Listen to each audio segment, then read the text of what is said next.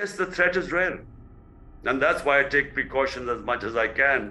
But the moment I step out of my house, I know I'm vulnerable. Tehreek Insaf के chairman Imran Khan ने एक magazine को interview देते हुए कहा कि पाकिस्तान में सियासी इस्तेहकाम इंतखाबात के जरिए ही आएगा, इंतखाबात से ही माशी बहाली का सफ़र शुरू होगा। इमरान खान का ये भी कहना था कि जिन लोगों ने मुझे मारने की कोशिश की वो अब भी इख्तिदार में बैठे हैं और घबराए हुए हैं। अगर मैं वापस आया तो इनका एहतसाब किया जाएगा, इसलिए वो खतरनाक है। चेयरमैन पीटीआई का ये भी कहना है कि कमर जावेद बाजवा अगर करप्शन को बड़ा मसला समझते तो आज हालात मुख्तलिफ होते। माशी सूरत हाल के हवाले से इनका कहना था कि हमारी मईशत ज़बूहाली का शिकार हो चुकी है, हम तारीख के बदतरीन माशी बहरान से गुजर रहे हैं, लोग मुझे वापस लाना चाहते हैं। मजीद वीडियोस देखने के लिए हमारी वीडियो को लाइक करें, सब्सक्राइब करें और बेल आइकन को जरूर क्लिक करें ताकि आने वाली वीडियो आप तक बआसानी पहुंच सके।